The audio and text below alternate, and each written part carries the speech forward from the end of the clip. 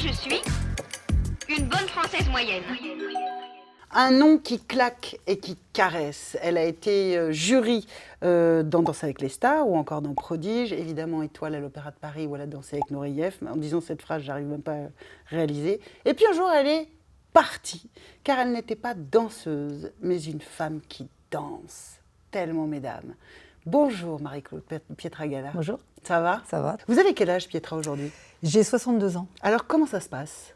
Bah, plutôt pas mal. C'est bien de vieillir. Oui, c'est bien de vieillir. Moi, j'ai jamais eu de problème avec mon âge. J'ai toujours dit mon âge. J'ai cette chance incroyable et je remercie à chaque fois, je ne sais pas qui je peux remercier, mes parents peut-être, qui m'ont donné cette constitution, de pouvoir danser, de pouvoir encore danser. J'ai l'impression que je danse plus que quand j'avais 30 ans. C'est très étonnant. Mais du coup, parce que c'est vrai que c'est la question qu'on se pose quand on pense à l'âge et qu'on reçoit une danseuse comme vous. Le corps, il a une date de péremption pour faire des entrechats, pour sauter, pour se plier, pour se courber, pour se... Forcément, ou pas, bah, visiblement pas. Vous avez des articulations en quoi? Non, mais si, parce que moi, j'ai fait un choix aussi de vivre ma danse avec mon âge. Étant chorégraphe moi-même, j'ai créé un style, quelque chose, un mouvement qui a du sens, pas un mouvement qui est décoratif, quelque chose qui raconte une histoire, le corps en tant que narrateur. Et ça, c'est vrai que c'est un peu exponentiel parce que on peut raconter à tous les âges. Là, en ce moment, vous tournez 5 spectacles. Oui.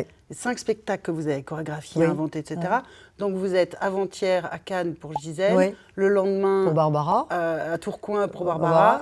Et puis là, j'ai un spectacle, La Leçon, qui est parti aujourd'hui avec les danseurs. Mais ça veut dire que vous dansez tous les jours? Tous les jours. Le mois de mai, par exemple, je vais avoir un spectacle tous les 2 jours. Et en faisant les voyages et tout ça. Ça, c'est, en fin de compte, ce qui est le plus difficile, des fois, c'est ce que je dis. Oui. Comme dirait Barbara, les voyages. Mais le corps, il a bien des limites quand même. Oui, même, oui. si, non, mais... même si vous adaptez, très bien, je comprends. Non, mais là, je crâne un peu. Là, je me suis mis en orange, donc tout va bien. Ouais, mais non, il y a des soirs après le spectacle, c'est difficile. Moi, j'ai un ostéo qui me suit tous les soirs. Avant le spectacle, après le spectacle. Parce qu'il y a quand même une hygiène du corps. Et puis, il y a des moments, j'ai plus de 20 ans, donc je récupère moins vite. Mais, je ne sais pas comment vous expliquer ça. Il y a quelque chose qui transcende la douleur, quand même. Je me doute et si le plaisir est là, la douleur est bien moins importante que le plaisir. C'est après que ça se gère. Mais bon. Voilà. Le corps, on l'aime et on le déteste en permanence, dites-vous, quand on est danseuse, quand on est athlète, évidemment. Et ça, c'est vrai pour nous toutes. Alors pour toutes les femmes, c'est vraiment le corps, c'est le lieu qui ne doit pas grossir, c'est le lieu qui ne doit pas vieillir, c'est le lieu qui ne doit plus maigrir, c'est le lieu qui ne doit pas vieillir. C'est un enfer, le corps. Oui, c'est vrai. Et alors en plus avec des choses, parce qu'on est un peu déformé, on a une vision un peu déformée. Moi, pendant très longtemps, je voulais être une jeune femme éthérée, avec les yeux bleus. Enfin... Voilà, alors je courais après un truc... l'image idéale qu'on a de nous-mêmes. Voilà, on regarde toujours son contraire, on regarde toujours son opposé. Et puis il y a cette espèce de reflet de glace qu'on a, de miroir, où moi je ne me regarde même pas, je préfère sentir le mouvement, parce que dès qu'on se regarde, c'est qu'un œil critique. C'est jamais « oh là là, que je suis belle dans ce miroir ». Ah non, jamais, jamais. C'est fou, ça, quand même. Vous disiez, vous avez dit, quand on a 20 ou 30 ans, l'armure, elle est hyper solide. On se sent invincible. Avec l'âge, on arrive à faire tomber les masques. Oui, je pense qu'on est plus soi-même. À 20 ans, ou 30 ans, on veut plaire à tout le monde. Et puis à 40, on prend un peu de distance avec ça. À 50, et puis à 60, je m'en fous, mais royalement. Oui, je m'en fous royalement des gens qui m'aiment pas, qui me détestent. Et ça, c'est venu à 60 C'est venu... Enfin, j'ai envie de dire. Non, c'est venu à 50. Quand même. C'est venu à 50, il y a une dizaine d'années. Et je trouve qu'on vit beaucoup mieux. Une autre chose sur l'âge que vous avez dite qui m'a beaucoup frappée et que je trouvais très intéressante. Vous dites que la mort de nos proches, qui arrive évidemment quand on avance dans l'âge, elle nous apprend à être au monde autrement. Oui. Là, j'ai perdu mon papa il y a une vingtaine d'années et j'ai perdu ma maman il y a 2 ans. Ça a été, comment je pourrais dire, je ne serai plus jamais la même. C'est une perte qu'on ne peut pas se remettre de ça. Tous les jours, j'y pense. Je pense évidemment à la mort de mon papa et à cette disparition. Mais ma maman, ça a été... parce que je l'ai accompagnée jusqu'au bout. Elle ne pouvait plus parler. J'avais la sensation que je ne pouvais pas communiquer avec elle, mais qu'elle comprenait ce que je lui disais. Et du coup, j'ai appris aussi des choses sur moi-même, sur ma solitude, sur ce que je suis en tant qu'être humain, en tant que femme. La perte d'une maman, c'est quelque chose qui est au-delà des mots, quelque chose qu'on sent. C'est comme si on avait enlevé une partie de moi. Et il faut reconstruire cette partie. Ouais. Voilà. Et c'est ça qui est difficile. Et en même temps, il ne faut pas que ce soit triste, il faut que ce soit joyeux. Parce que ma maman a eu une belle vie, c'était une femme formidable. Donc, il faut rester on reste avec ses souvenirs qui nous remplissent. Mais on n'est plus la même. On va regarder une image. Mais justement, ça m'intéressait de savoir si vous l'aviez revue souvent et ce que ça augurait, ce que ça vous faisait. Ah oui. J'ai l'honneur de nommer étoile du ballet de l'Opéra de Paris, mademoiselle Marie-Claude Pietragala.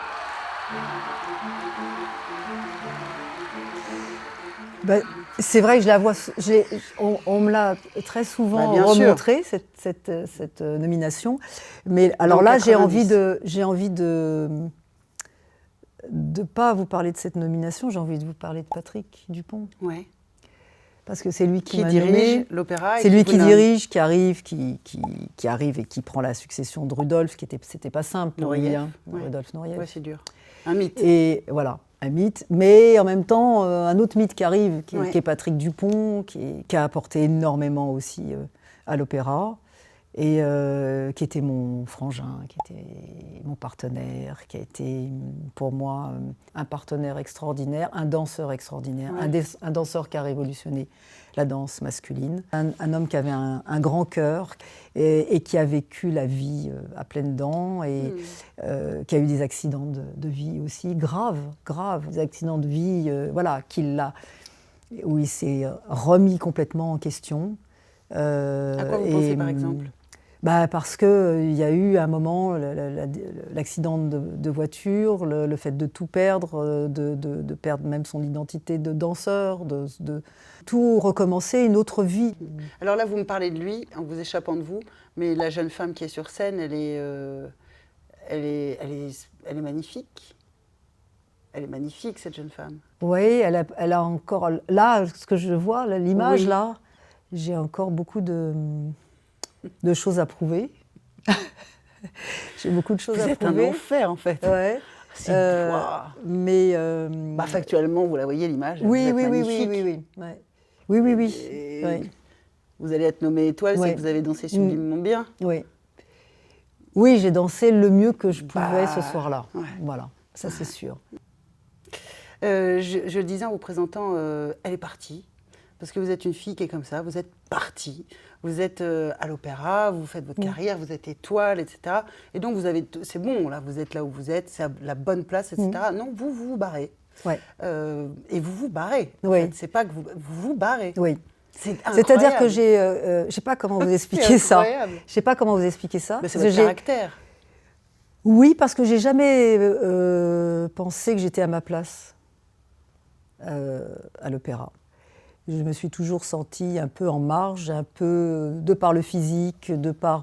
Parce que vous êtes très grande. C'était pas une question de taille, c'était une question d'état d'esprit, une question de découvrir un monde chorégraphique qui était formidable à l'opéra, qui m'a donné une colonne vertébrale, mais qui n'était pas un but en soi et qui n'était pas... où je sentais que j'avais d'autres choses à apprendre par moi-même.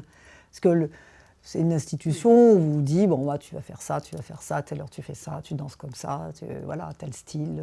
Et vous l'avez fait d'ailleurs. Et je l'ai fait, je suis rentrée dans le jeu. Mais il y a un moment, il y a eu une opportunité qui a fait que je suis partie. Alors l'opportunité, c'est le Ballet National de Marseille, derrière Roland Petit, qui est un immense chorégraphe. Et donc vous passez de danseuse étoile à je gère 100 personnes. Oui, et en plus, le cadeau empoisonné, c'est... la direction générale, on me donne la Ouais. direction générale. Vous avez quel âge là? Vous êtes 35 ans. 35 ans. Donc franchement, faut s'imaginer, vous êtes dans un truc quand même assez solitaire. Vous êtes au milieu des autres, Oui. bien entendu, à l'opéra, et tout d'un coup, vous devenez la bosse. Ouais, Il est fou le changement. Et complètement dingue. C'était un peu mission impossible, mais bon, j'ai résisté 5 ans. Et puis, on est à Marseille, donc ça ne peut pas se passer normalement à Marseille. Donc, on met des histoires, des machins, des trucs. Donc, j'en pars. Ouais. Pars. Et là, je me dis, plus jamais, il y aura quelqu'un qui gérera ma vie professionnelle, qui me dira, vous devez faire ci, avec un conseil d'administration au-dessus de ma tête. Pour rien au monde, Vous recommencez. je recommencerai. Ouais. J'ai créé ma société avec Julien Deroux, Vous la avez Théâtre du Corps. Une compagnie, une école, un centre de Voilà, formation. centre de formation. Et Vous êtes j'ai chez vous, toujours. là. Ouais. Et voilà, Vous êtes chez vous. je suis chez moi. Mm. J'ai acheté le lieu Ouais. où je suis. C'est vous la bosse. Voilà, je me suis Ouais. endettée. Enfin bon, bref. Ouais. Mais en l'occurrence, je fais ce que je veux. Ouais. Est-ce que vous avez été prise au sérieux quand vous êtes arrivée là-bas? Ou est-ce que vous avez été un peu... Marseille, ah bah, en tant que femme, Ouais. bon, Pff, ma petite, il m'appelait ma petite, les politiques. Ça a été dur. Ça a été dur parce que Ça a moi, été pour dur. moi, on prouve par ce qu'on fait. Ouais. Moi, je suis l'école de Nourieff et qui nous disait, vous, pas parler, faites. Et ben oui, on prouve par ce qu'on fait, par son travail. Vous, et pas par... parler, oui, faites. oui, il disait C'est ça. énorme. Mais c'est génial. C'est génial, ça m'a resté ça. Je vous assure, ça m'est resté. Des fois, je l'entends encore dire ça. Vous, pas parler, faites. Et bon, moi, je suis arrivée comme ça en me disant, je suis fraîche moulue, soldat de l'Opéra de Paris, là, je vais arriver, je vais beaucoup travailler. Et puis non, en fin de compte, c'est pas ça. C'est ma première expérience, donc j'étais coup- un peu brute des coffrages, quoi. Du coup, vous faites ça, et ensuite, on a vu, là, vous l'avez dit, vous avez fondé votre compagnie, le centre d'apprentis, une école, etc. Ça veut dire qu'il n'y a pas que la danseuse en vous, Pietra. Non, j'avais besoin de créer quelque chose. J'avais besoin de le créer à l'image de ce que je me fais de la danse, qui est la danse plurielle multiple, qui est une danse pour moi, c'est pour ça qu'on a appelé la compagnie le Théâtre du Corps, une danse qui parle, un corps qui est narrateur, du sens. Qui sont les gens qui viennent apprendre à danser chez vous? D'abord, on peut venir à tout Oui. âge. Alors, tout on le peut monde venir. dansera pas Alors, avec vous, dans l'école, Ouais. c'est les petits et les adultes. On peut venir à tous les âges. J'ai des personnes qui ont 50, 60 ans, qui viennent, parce qu'elles ont envie. Et donc, pour elles le font C, du ah 1, oui, 2, 3, 4. elles font soit des cours contemporains, C'est soit génial. des cours classiques. Et puis le CFA, par contre, là, c'est des jeunes qui sont semi-professionnels de 18 à 25 ans. Et puis il y a la compagnie où là, j'ai des des intermittents, danseurs, ouais. danseurs, comédiens, Ouais. musiciens qui Ouais. sont là aussi. Vous avez déjà parlé 3 ou 4 fois de solitude. Donc, vous êtes très dans la solitude. Oui. C'est d'ailleurs peut-être pour ça que j'ai choisi c'est de faire des sols en scène. La solitude, c'est bizarre ce que je vais dire, la solitude m'apporte une certaine liberté. C'est pour ça qu'il y a cette... c'est pas anodin, c'est pas un hasard d'avoir fait Barbara. C'est pas un hasard. Voilà. Je crois pas. C'est pas un hasard. Parce que c'était une femme très libre. Et cette grande solitude, elle en a écrit, des chansons sur la solitude. Et sur la violence aussi. Et sur la violence. Vous avez connu, vous, ça, la violence? Psychologique, pas physique. Et je trouve que c'est aussi difficile. Bien C'est sûr. pour ça que dans Gisèle, dans mon spectacle, on ne suit pas une Gisèle, on en suit 4, on suit 4 couples. Et dans les 4 couples, il y a cette violence psychologique qui fait que la jeune femme se suicide à la fin du premier acte. La violence psychologique, elle est affreuse, elle peut détruire. Donc il faut avoir un mental très fort. Ouais. C'est par le mental que vous avez dépassé, si vous l'avez fait?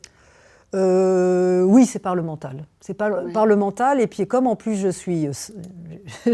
j'aime bien cette solitude, je n'ai pas fait appel à un psy ou j'ai fait appel à moi en profondeur. Vous qui l'avez traversé, qu'est-ce que vous pouvez dire à celles qui sont dans ce cas-là?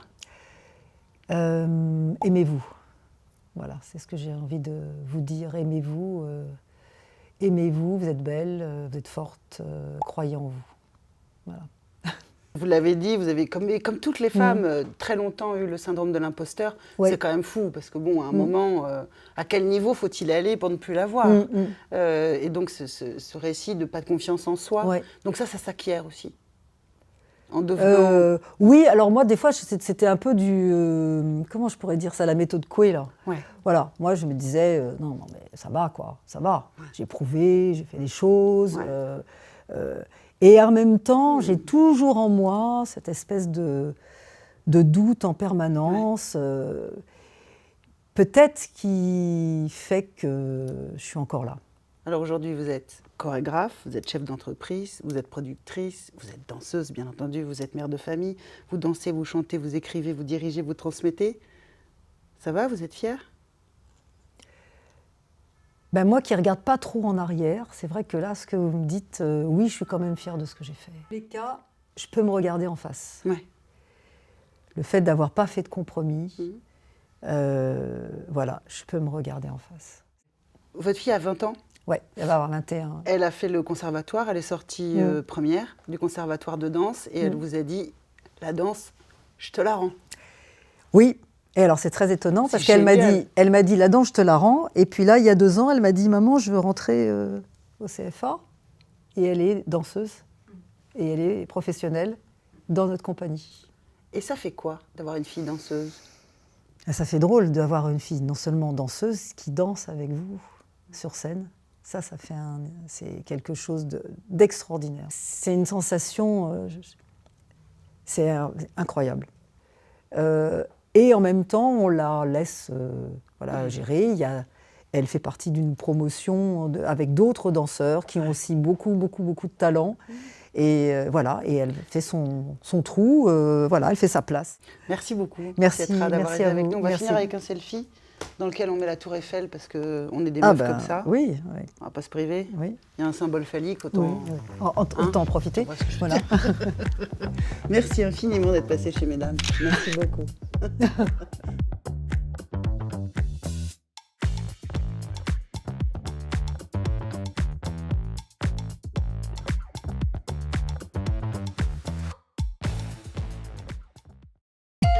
Mesdames,